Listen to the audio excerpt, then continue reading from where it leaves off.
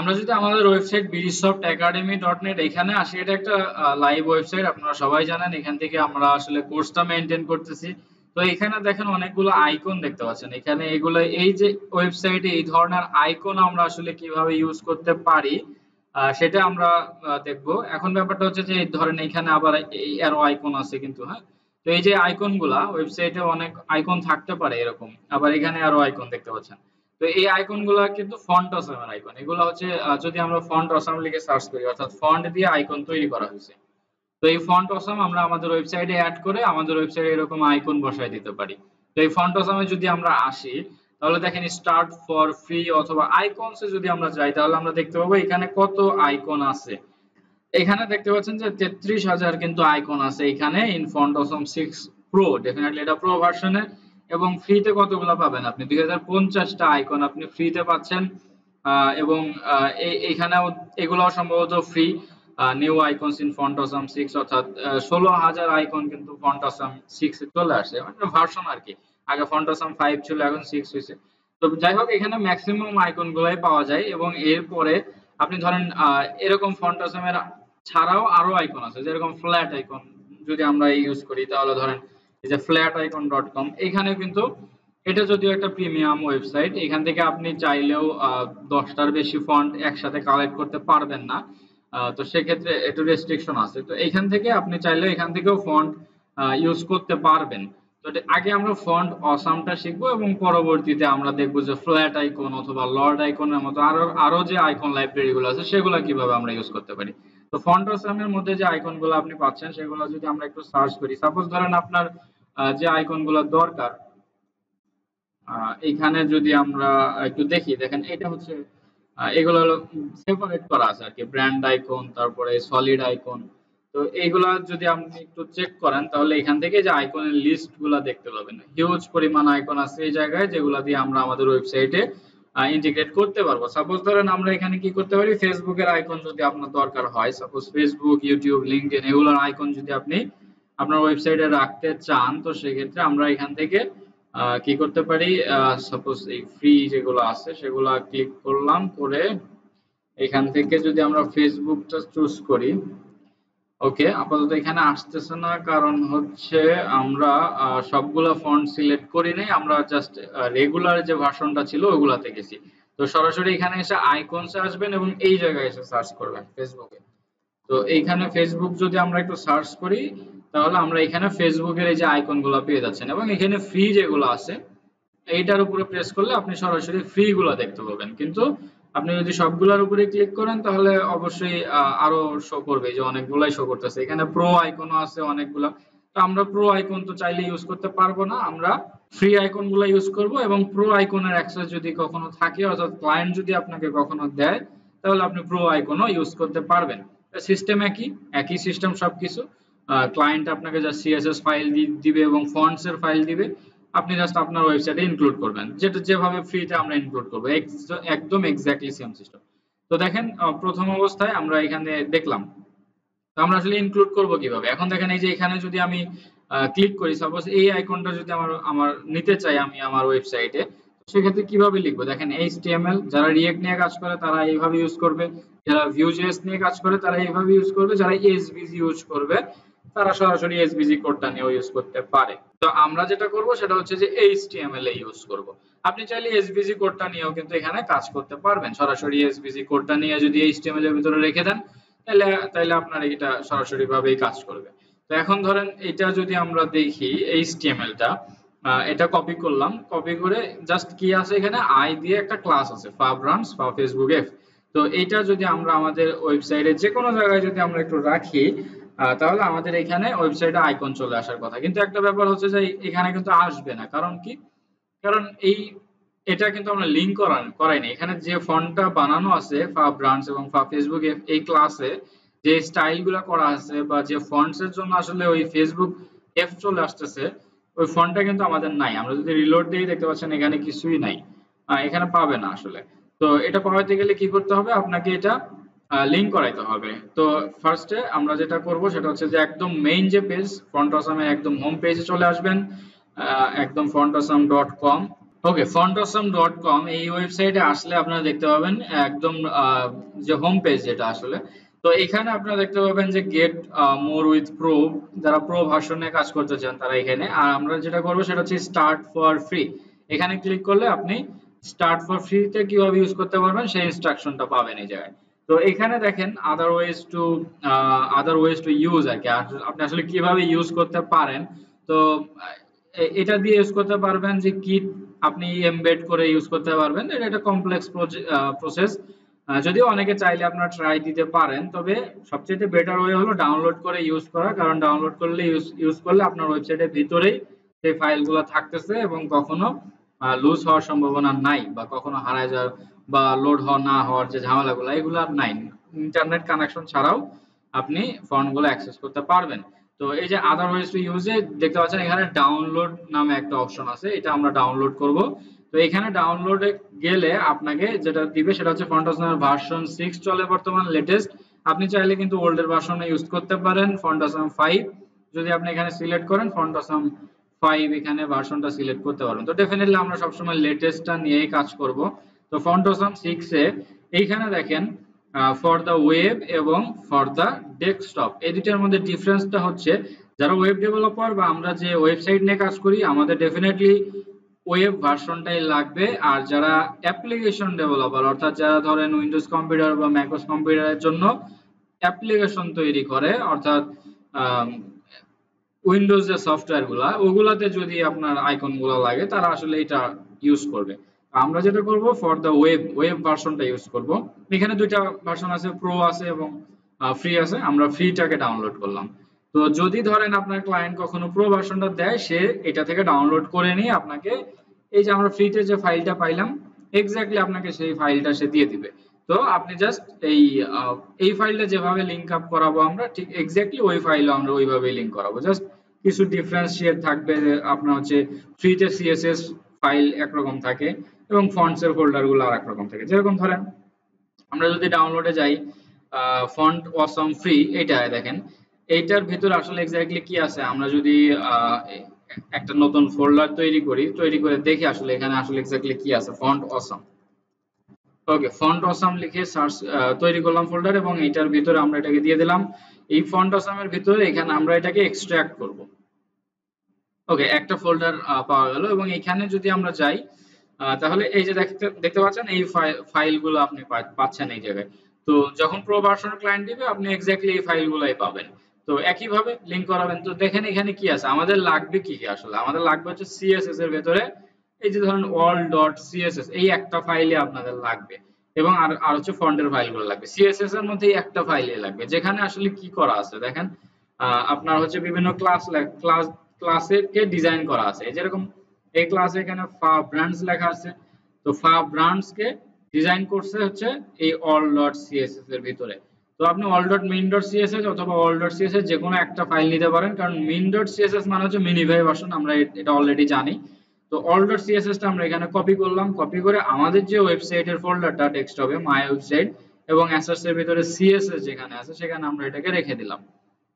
এখন ব্যাপারটা হচ্ছে শুধু এটা রাখলেই হবে না, আমরা যদি এটাকে ওপেন করি তাহলে আমরা দেখতে পাবো দেখেন এটার ভিতরে আসলে কি আছে, সিএসএস লেখা আছে। পেজে ফা, তারপরে ফা সলিড, ফা রেগুলার, ফা ব্রান্ডস, তারপরে হচ্ছে ধরেন আমরা কি কি দেখছিলাম আমরা এর আগে, ফা ফেসবুক বা ফা ব্রান্ডস, এই যে ফা ব্রান্ডস দেখতেছিলাম এবং ফা ফেসবুক এগুলোও আছে এখানে। তো সবগুলাই আছে, আমরা যদি একটু চেক করি, তো এত কিছু চেক করার আসলে দরকার নেই। তো দেখেন আসলে বিষয়টা কি, এখানে যদি আপনি কোডটা একটু রিড করার চেষ্টা করেন তাহলে আপনি এখানে দেখতে পাবেন নিচের দিকে আসলে এখান থেকে এই যে ফোল্ডার, অনেকগুলো ফোল্ডার লিংক করানো আছে। ওকে, দেখেন এই যে এসআরসি এর মাধ্যমে আমরা এসআরসি দিয়ে এর আগে একটু আগে কিন্তু আমরা ফন্ট ফেস কাস্টম ফন্ট যেটা আছে এটা কিন্তু ডিক্লেয়ার করলাম। তো এই যে কাস্টম ফন্ট, এটা ডেফিনেটলি একটা কাস্টম ফন্ট আর কি, এটা ফন্ট ফ্যামিলি ফন্টসম 5।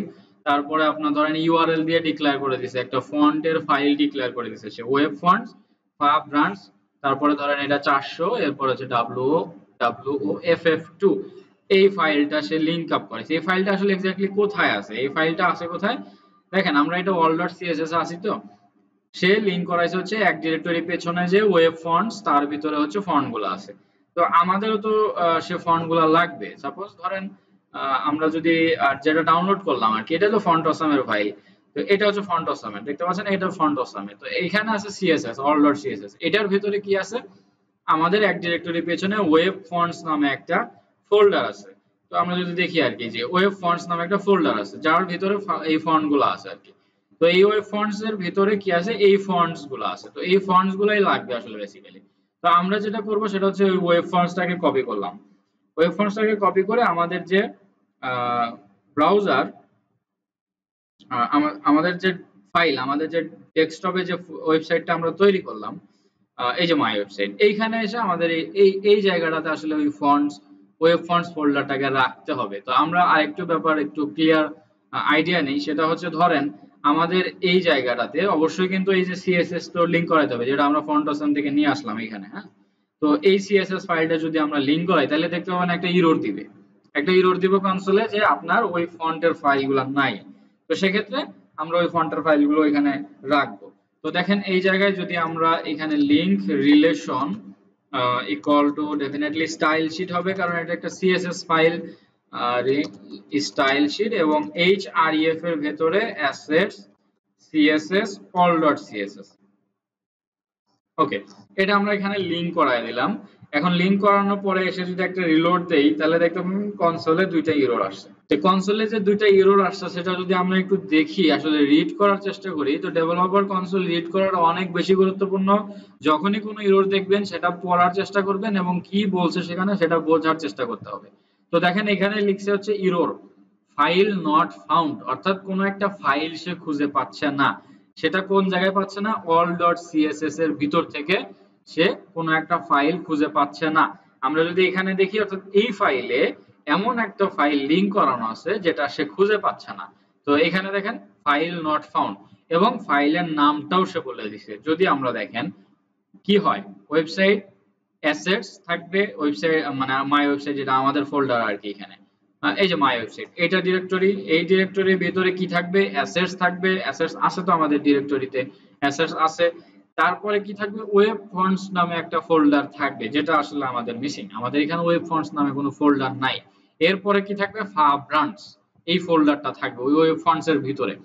তো এটা কিন্তু আমাদের এখানে নাই, যেহেতু আমরা ফেসবুককে কল করছি। আমরা যদি ধরেন এই আইকনটা কল না করতাম, সাপোজ এই আইকনটাকে যদি আমরা এখানে কল না করতাম, তাহলে কিন্তু আমাদের ওই ইররটা আসতো না, কারণ কল করি নাই, ইরর আসবে কোথা থেকে? দেখতে পাচ্ছেন যে আমরা রিলোড দিলে কিন্তু আমাদের ওই ইরর গুলো আর নাই, যেহেতু আমরা ফন্টাসামের আইকনটাকে কল করতেছি। এবং এই ব্রান্ডস কি করতেছে, এই ক্লাসটা লেখা আছে কোন জায়গায়, এই ক্লাসটা লেখা আছে all.css এ। এবং এই all.css এর এই ক্লাসটা যেখানে লেখা আছে সেখানে কিন্তু একটা ফন্ট ডিক্লেয়ার করা আছে। নিচের দিকে যদি আমরা যাই, দেখেন এখানে এই যে এই ফাইলের ভিতরে এই ফন্ট গুলাকে ডিক্লেয়ার করা আছে, ঠিক আছে। তো এগুলো যেহেতু ডিক্লেয়ার করা আছে সেহেতু কি হবে, আপনার ওই এরর গুলো তো আসবেই। তো এখানে যদি আমরা আবার রিলোড দিই, দেখতে পাচ্ছেন আবার ওইটা চলে আসছে। তো শুধু ফেসবুকের জন্য আপনার এই দুইটা এরর আসছে। এখন আরো যদি থাকে, লিঙ্কডইন থাকতে পারে, টুইটার থাকতে পারে, বা আরো অন্য অনেক আইকন থাকতে পারে, যেগুলো আইকনের জন্য আবার একটা একটা করে এরর আপনি পাবেন। কারণ যে আইকন যে ফাইল থেকে আসতেছে, সে ফাইল যদি সে না পায় তাহলে তো এরর আসবে। তো আমাদের এখন এই ওয়েব ফন্টস ফোল্ডারটা এখানে রাখতে হবে। আমরা এটা অলরেডি কপি করে রাখছিলাম। তো এই যে ওয়েব ফন্টস এখানে রাখলাম। এখন যদি আমরা আবার একটা রিলোড দেই তাহলে দেখতে পাবেন এখানে এফ চলে আসছে এবং এরর গুলো নাই। কারণ কি, কারণ ফন্ট পাচ্ছে তখন। এখন ব্যাপারটা হচ্ছে একটা ওয়েবসাইটের ভেতরে আপনার এখানে ফন্টস ফোল্ডারও আছে, ওয়েব ফন্টস ফোল্ডারও আছে। জিনিসটা আসলে স্ট্যান্ডার্ড হয় না আসলে একটা ব্যাপার, কারণ এটাও তো ফন্টস, এগুলোও তো ফন্টস, ওয়েব ফন্টস, এবং এগুলোও তো ফন্টস। তো ডেফিনেটলি ওই সবগুলোই তো ওয়েব ফন্টস, কারণ এটা তো আমরা ডেস্কটপ অ্যাপ্লিকেশন বানাচ্ছি না, আমরা তো ওয়েবই বানাচ্ছি। তাহলে আমাদের একই ওয়েবসাইট বানানোর জন্য দুইটা ফন্টস ফোল্ডার, এটা আসলে একটু অকওয়ার্ড লাগে। তো এখন ব্যাপারটা হচ্ছে এই ফন্ট গুলো আপনি কি করবেন, ওয়েব ফন্টস এর যে ফন্ট গুলা সেগুলোকে আমরা এখান থেকে কাট করে নিয়ে আমরা ফন্টস ফোল্ডারের ভিতরে রেখে দিতে পারি। অর্থাৎ আমাদের ওয়েবসাইটে যত ফন্টস থাকবে সবগুলাই একটা ফোল্ডারেই থাকবে ফন্টস, এবং ওয়েব ফন্টসটাকে আমরা এখন ডিলিট করে দিতে পারি, ঠিক আছে। অথবা আপনি এই যে ফন্ট অসামের যে ব্যাপারগুলো, ফন্ট অসামের যে ফন্টগুলো আপনি এখানে এর আগে নিয়ে আসলেন, সেগুলো যদি আপনি ওয়েব ফন্টস এর ভিতরে দিয়ে দেন তাও কিন্তু কাজ হবে, একই কথা। অর্থাৎ ফন্টস এর ফোল্ডারটা একটাই থাকবে, এটাই হলো মানে অ্যাকচুয়াল কারণ আর কি। তো এখন আমরা যদি ফন্টস এর ফাইলে একটাই রাখি, আবার তো সেম এরর আসবে, কারণ আমার ওয়েব ফন্টস তো নাই। তো সেক্ষেত্রে আমরা আসলে কি করতে পারি, all.css এ এসে আমরা যেটা করতে পারি সেটা হচ্ছে যে যেখানে যেখানে ওয়েব ফন্টস ফোল্ডারটা ছিল ওয়েব ফন্টস এর ভিতরে, এটা ছিল। তো এখন তো আর সেটা ওয়েব ফন্টস এর ভিতরে নাই, আমরা কাট করে কোথায় নিয়ে গেছি, ফন্টস এর ভিতরে নিয়ে গেছি। তো আমরা ওয়েব ফন্টস এর জায়গায় জাস্ট ফন্টস লিখে দিলাম। এটা কোন জায়গায় লিখবো, সিএসএস এর ভিতরে all ডট সিএসএস, যেখান থেকে আসলে ওই সিএসএস গুলা পাচ্ছে। তো এই সবগুলা জায়গায় আমরা কি করব, ওয়েব ফন্টস কেটে দিয়ে জাস্ট ফন্টস লিখে দেবো। তাহলে কি হবে, তাহলে তো ধরেন যখন আমরা লোড দিচ্ছি ওয়েবসাইট, তখন প্রথমে all.css এ আসে, সে এক ডিরেক্টরি পিছনে যাবে গেল, এরপরে আবার ফন্টস এর ভিতরে যাবে, এখানে আসলো, এরপরে সেই ফাইলটা তো এমনিই খুঁজে পাচ্ছে। তাহলে আমাদের আর ওই এররটা আসতেছে না। কিন্তু এখন ব্যাপারটা হচ্ছে সবগুলা অনেক জায়গায় তো আছে, প্রায় 8-10 জায়গায় কিন্তু ওয়েব ফন্টস কথাটা আছে। তো এখন এটা সবগুলা একসাথে কিভাবে আপনি রিপ্লেস করবেন, প্রথমে হচ্ছে কন্ট্রোল এফ প্রেস করে ফাইন্ড আউট করতে হবে আপনাকে। কন্ট্রোল এফ প্রেস করলে আপনি এটা পাবেন। তো এখানে দেখেন যত জায়গায় কি আছে, ওয়েব ফন্টস এই ফোল্ডারটা আছে স্ল্যাশ সহ আর কি। তো স্ল্যাশ সহ ওয়েব ফন্টস কথাটা আছে, ওই জায়গাগুলোতে আমরা কি করব, ফন্টস লিখে দেব স্ল্যাশ দিয়ে। তাহলে কি হবে, রিপ্লেস হয়ে যাবে আর কি। তো এখানে দেখেন এই যে রিপ্লেস অল লেখা আছে, এটা যদি আমরা করে দিই তাহলে কি হবে, এখন আর কোনো ফন্টস ফোল্ডার নেই, সব সরি ওয়েব ফন্টস ফোল্ডার এখন আর পাচ্ছেন না, কিন্তু সব সরাসরি ভাবে ফন্ট ফোল্ডার আছে। কিন্তু আরেকটা ব্যাপার একটা মিসিং হয়ে গেছে, সেটা কি, এই ফোল্ডারের নামটা তো ফন্টস, আমরা লিখে দিয়েছি ফন্ট, তাহলে তো পাবে না, এই একটা একটা ইয়েস নাই কিন্তু। তো আমরা যদি এখানে আবার রিপ্লেস করে দেই, সাপোজ হচ্ছে ফন্ট, ওকে দিলাম এখানে, ওকে ফন্টস বলে আসলে কোনো ফোল্ডার আছে কিনা সেটা একটু দেখি। দুইটা আছে, আমরা যে ম্যানুয়ালি যে দুইটা করলাম সেটা, এই দুইটা ঠিক আছে। তো এই দুইটা থাকুক, সমস্যা নাই। তো ফন্ট যত জায়গায় আছে তত জায়গায় আমাদের কি হবে, ফন্টস হবে। উপরেরটা হচ্ছে ফাইন্ড করতেছে, এটা হচ্ছে ফাইন্ড করতেছে কত জায়গা আছে, আর এটা হলো রিপ্লেস করবে, মানে কি দিয়ে রিপ্লেস হবে। তো ফন্টস দিলাম আর কি, দেওয়ার পরে এখানে দিয়ে দিলাম, আবার এই যে ফন্টস চলে আসলো। তো এখন যদি আমরা আমাদের ওয়েবসাইটটাকে আবার একটু রিলোড দিই, তাহলে দেখতে পাচ্ছেন ঠিক এক্স্যাক্টলি কাজ করতেছে, সবকিছু ঠিকঠাক। এখন কিন্তু আর আমাদের ওই ওয়েব ফন্টস থেকে ইয়াটা পাচ্ছে না, আমাদের এটা পাচ্ছে হচ্ছে ফন্টস ফোল্ডার থেকে। তো এটা হলো আমাদের টোটাল ফন্ট অসাম। এটা একটু কমপ্লেক্স করে দেখানোর কারণটা হচ্ছে যে এইটা যদি আপনি ভালোভাবে বুঝতে পারেন, যে কোনো লাইব্রেরি আপনি অ্যাড করতে পারবেন। কিরকম, ধরেন আমরা এর পরবর্তীতে ফ্ল্যাট আইকন দেখবো, লর্ড আইকন দেখবো, আরো এক্সটার্নাল আইকন লাইব্রেরি, এক এক ক্লায়েন্ট এক একটা আইকন লাইব্রেরি ইউজ করে, সবাই যে ফন্ট অসাম ইউজ করবে বিষয়টা এরকম না। কিন্তু আপনি যদি একটা কনসেপ্ট ক্লিয়ার ভাবে বুঝতে পারেন, আপনি যে কোনো লাইব্রেরি অ্যাড করে ফেলতে পারবেন। তো যার কারণে আমি আসলে একটু ডিটেইলসে দেখালাম, আমি চাইলেই পারতাম এইগুলা এডিট টিডিট না করে সরাসরি ওয়েব ফন্টস ফোল্ডারটা এখানে রেখে দিয়ে রেন্ডার করে দিতে, কিন্তু আমি সেটা করিনি। আমরা যেটা দেখলাম সেটা হচ্ছে ডিপলি আসলে অ্যাকচুয়ালি কি এরর আসতেছে এবং কিভাবে সলভ করতে হচ্ছে। তো এটা হলো ব্যাপার। ভিডিওটা যদি না বুঝে থাকেন 2-3 বার করে দেখবেন, তারপরে যদি না বুঝে থাকেন সাপোর্টে একটা মেসেজ দিবেন।